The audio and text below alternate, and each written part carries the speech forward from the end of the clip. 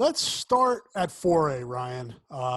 This is obviously a really intriguing matchup with 9-0 Pleasant Valley against 6-0 Iowa City West. Just looking statistically, this is a Pleasant Valley team that loves to run the football. 7.8 yards per carry, 2,630 yards on the ground.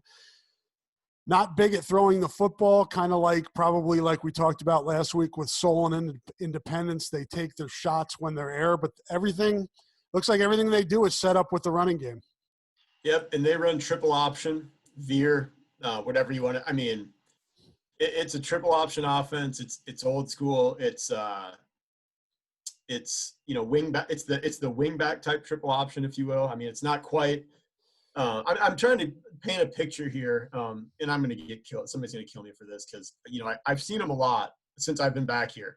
They were in a district with West. I know. I don't know if they were ever in a district with City High, but I know I covered a playoff game over there that City High played them.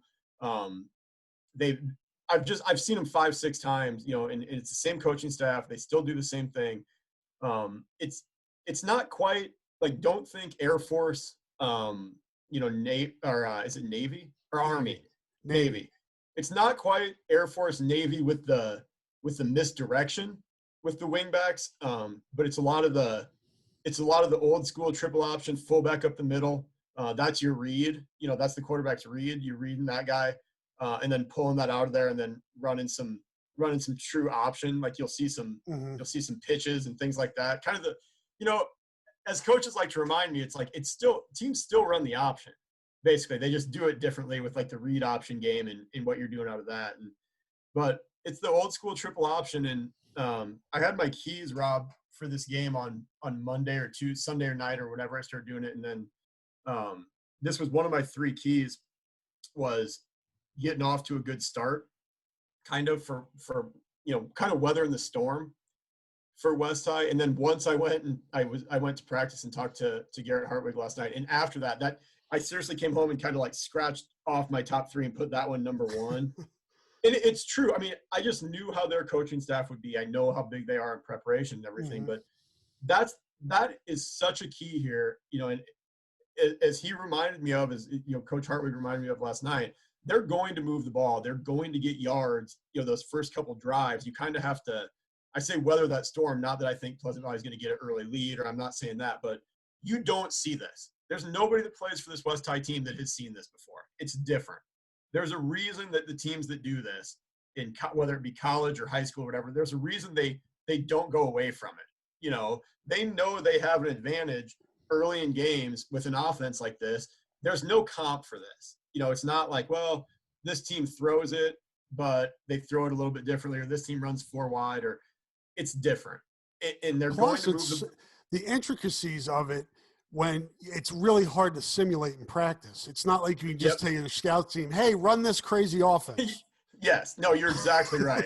Sometimes you see something like that where it's like, hey, they're really going to try to spread you out and go 5 wide receivers and create these matchups and short passes, and you can simulate the spacing. This is all tempo and things like that, inside the tackles. And it's just, you're exactly right. That was the first thing they said. The coaches told me it's super hard to simulate. I remember talking to both City and West as they prepared to play them in the past. And so that's a big thing for West, is don't let those first 2 drives be the difference, or those first 3. You don't want to spot them 10 or 14. They're going to move the ball, but can those be punts, or can those be maybe a field goal or something like that, where it's because West is we've talked about this. West is really good defensively. They're going to make the adjustments. You look at what Pleasant Valley has done offensively this season. They're not a team. They had some games in there against Central and North and Davenport West where they had some big points. But for the most part, when they're playing good competition, they're not a team, and they know this. They're not trying to beat you 35, 42 points. They're going to run the ball the way they do it. They're going to grind clock, and then also, Rob, when they're good, it's always like this. And it's like this for all these triple option teams. It's the other reason that they don't get away from it. It's the ball control and how that sets up your defense. I have their here's their really their whole season. They haven't given up more than 14 points. But you go back to September 18th, 7, 6, 0, 7, 0, 6 points against. And they play great defense.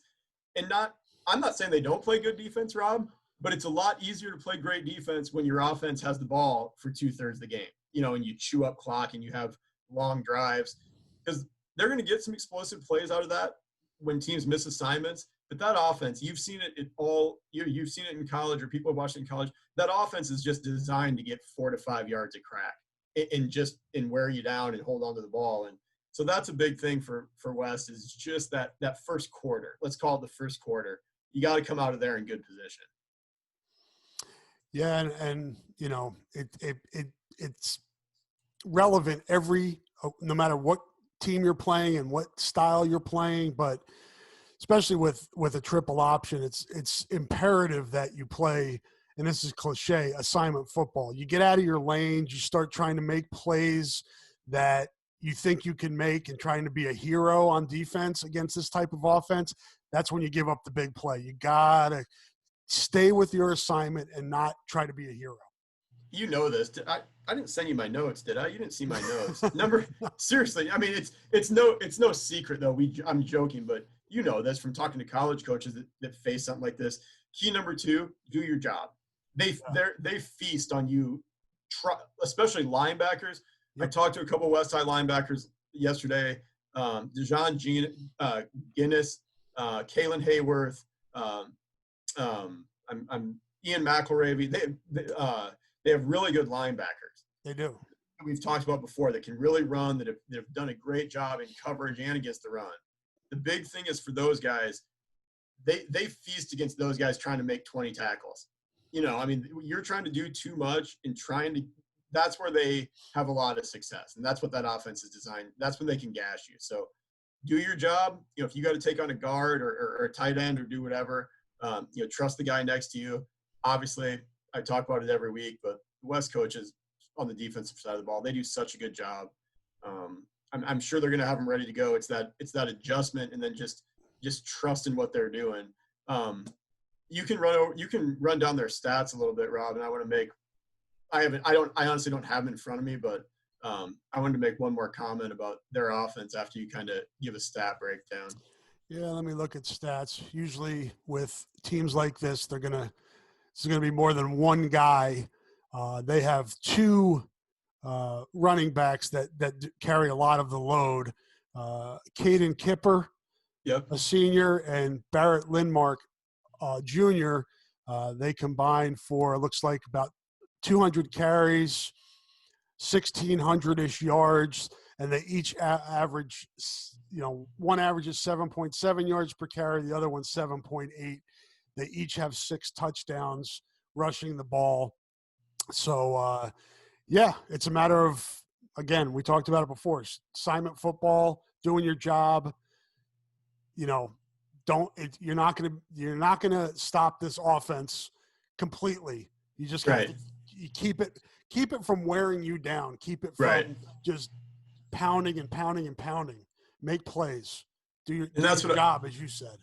That's what I was going to point out. Lindmark is their quarterback, and that's what I was going to say. The comment I was going to make is Barrett Lindmark. I looked it up quick, but I wanted to know his stats, because when Pleasant Valley's been good, like since I'm going back to my time here, the last 7-8 years, when they've been good, when they've made good playoff runs, and they've run into Bettendorf a lot, and Bettendorf's just been a little bit better than them some of those years, but when they've been real good, they have a quarterback in that offense that really gets it, that really makes them go.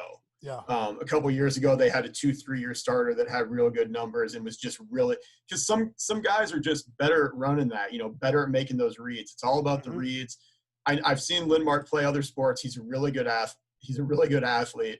And I have his numbers up. He's only thrown for about 500 yards, 498, but 8 touchdowns and 2 interceptions, and almost 15 yards per completion. And then, like you said, almost 600 yards rushing. So he's a guy, I've heard good things about him. The West coaches were really complimentary of him when they run the offense, and they kind of said the same thing. When they're good, they have a real good QB, and they feel like they have a really good one right now. And you were talking earlier, Ryan, about them playing in the same district. It looks like they've played 4 times, and that happened in 14, 15, 18, and 19. So within recent history, Pleasant Valley won the first 2. West has won the last 2, the last one coming last September.